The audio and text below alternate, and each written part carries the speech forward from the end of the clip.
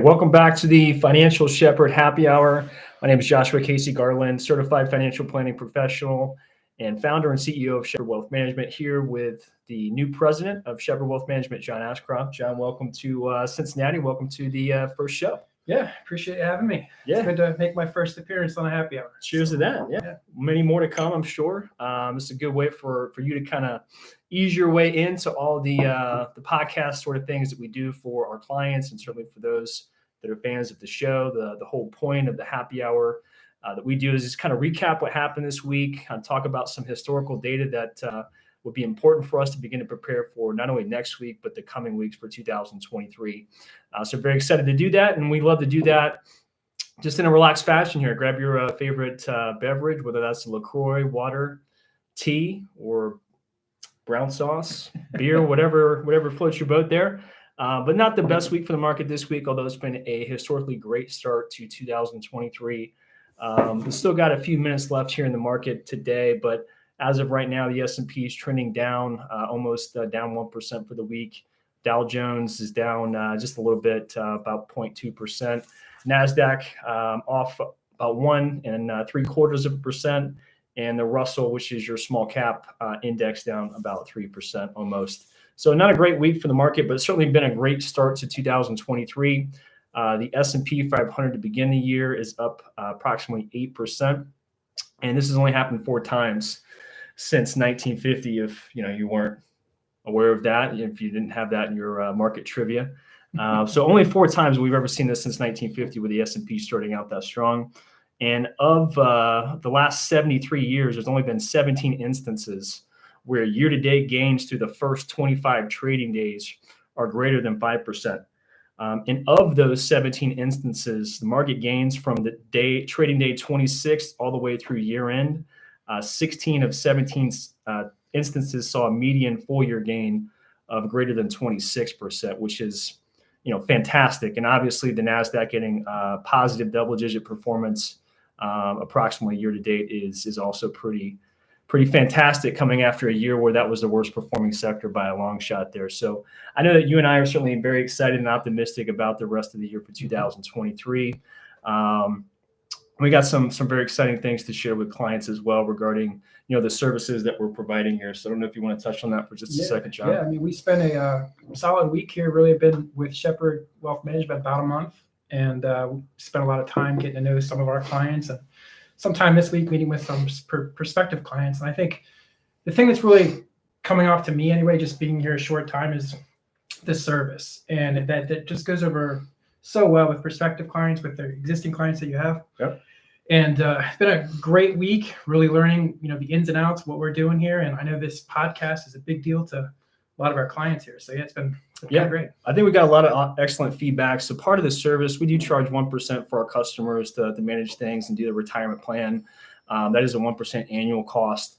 But for that same 1%, which is pretty much the standard, rate, if you will, across the industry, financial services. But for that same 1%, we're also offering customers with account balances or household account balances of greater than $500,000. We'll actually prepare and file taxes with our CPA partners who are actually getting that done by licensed CPAs. In addition to that, we're also providing up to a $2,000 credit for updating things like wills and trust, done through licensed attorneys. And I think it's a pretty compelling offer. It really kind of holistically captures all the major things for an individual or family's life as it relates to their finances, their taxes, and their estate plans. So it's a pretty compelling offer. Yeah, and we've saw it all week with the different people we're meeting with. For 1%, the industry used to be 1%. We're just going to manage money. I think people deserve more, want more for that fee these days. So providing the tax services, the estate planning, financial planning, in addition to investment management. It really is the way that the industry is going. It's a great model to have here. And I know, as far as your clients already and the ones that we've been bringing on recently, I've really enjoyed the model and the experience. And the truth is, it's not something that we invented or I thought of on my own. It's called a family office model. It exists across the country, for many, many years. The key difference, though, is most of those family offices, they're catering to the wealthiest of the wealthiest individuals here in this country. Usually you'll see a minimum in the $20, $25 million range just to be able to take advantage of that holistic financial service. And we're really offering that to the millionaires next door, the everyday Americans that done a good job of living below their means and saving. And now they have this nice nest egg, and they got to figure out how that's going to take them what could potentially be a very long retirement. The statistic is that married couples 65 and older, there's about a 50-50 chance that one of them will live into their 90s, which means there's a lot of Americans that will likely have a retirement length of years that are about as many years as they were working. So when you think about it from that perspective, it's a lot of years where you're certainly going to have to manage through different markets, and that's going to affect different tax-related issues, and certainly the tax code can change. And obviously the Congress can also change things like the estate planning limits and so forth. So we want to be able to offer all of that as a package to our customers, which gives us a competitive advantage, because you and I both work at some of the largest institutions here in the United States for financial services. And I know that I personally received as a financial planner a ton of questions over the years relating to specific tax questions, certainly a lot of specific estate planning types of questions. Of some of those rules have changed over the years. And although I am a licensed certified financial planner, licensed advisor, as you are, licensed advisor, John, at those bigger institutions, they really don't want to play in that space as far as providing specific tax and estate planning guidance. Is generally very, very, very high level. And usually that conversation ends with this very simple phrase of, hey, that's something you have to talk to your certified public accountant about, or you got to go talk to that estate planning attorney about those specific things. And we're in a position to be able to do that for all of our customers. And certainly got a lot of good feedback from that. Now, going forward to next week, big week coming up here. Before we get into next week, actually, I have a pretty interesting statistic that I thought was certainly relevant. So a lot of people at the beginning of this year, the big concern was, of course, inflation. Is the Fed going to be able to reduce inflation down to that 2% long-term target without breaking the back of the economy? Well, that's certainly one thing. We've talked about that for months on our podcast. So you can check out our website, shepherdwm.com. There's a link right at the top of the page to take you to all those podcasts. You can check those out. But here's the cool part. So the other major risk coming into this year that I heard from clients, and what you hear from pundits on CNBC and all the news outlets, is that earnings per share expectations are way too high and earnings should be coming down. Earnings have been okay so far. A little over 64% of companies that have reported have either met or beat analyst expectations. It's not great. It's not bad either. But here's the cool part, is that companies that missed only saw their share price fall approximately 1% on average, compared to an average decline of 2.5% to 3% for those companies that missed earnings expectations back in 2021 and 2022. And I thought that was a very compelling statistic. And really what that's speaking to is the market's already pricing in this risk of earnings expectations coming down. They're just not coming down as bad as the overall market thought. And that's showing up, actually in live time here as we're getting ready to wrap up earnings season. So that's encouraging news that we don't have outstanding earnings. They're not terrible, but the market participants are not completely crushing the value of the share price like they did in 2021 and 2022 specifically, when companies miss their earnings expectations. Lastly, Tuesday, February 14th, 8:30 in the morning, you can get your popcorn ready with your cup of coffee.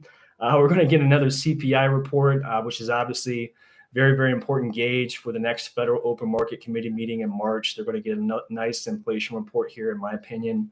The Wall Street analysts are expecting 0.4% from the CPI print. I believe that you're likely going to see something at 0.3% or lower, which obviously is a good thing. That means the inflation's falling a little faster than the overall economy and analysts are anticipating here at this specific moment.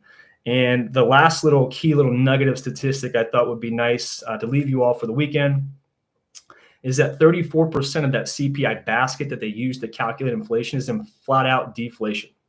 And we haven't seen that since quite some time. October of 2022 is really when it started. And this is all very, very similar statistic to 1982. So the last time we had inflation that was this high was back in the early 80s, 81 and 82 specifically. And when we finally got inflation under control in 1982, we saw something very similar. Obviously, the Fed chairman at that time, Paul Volcker, did not do the same types of things that Jerome Powell is doing. Jerome's done a nice job, in my view, even though I've had a lot of critical things to say about him.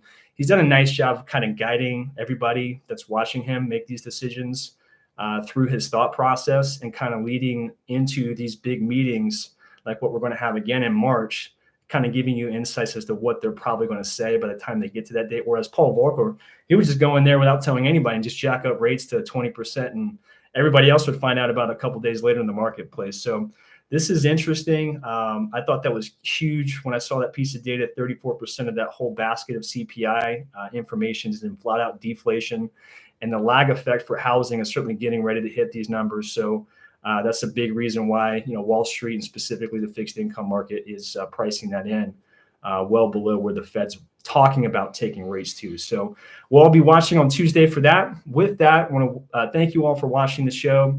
We'll try to do this every single Friday right around the market close.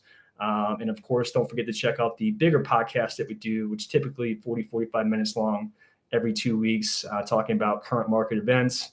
More importantly, what does history have to say about those events, so we can start to get smart as to how we go about positioning ourselves for what would likely to come if history should repeat itself.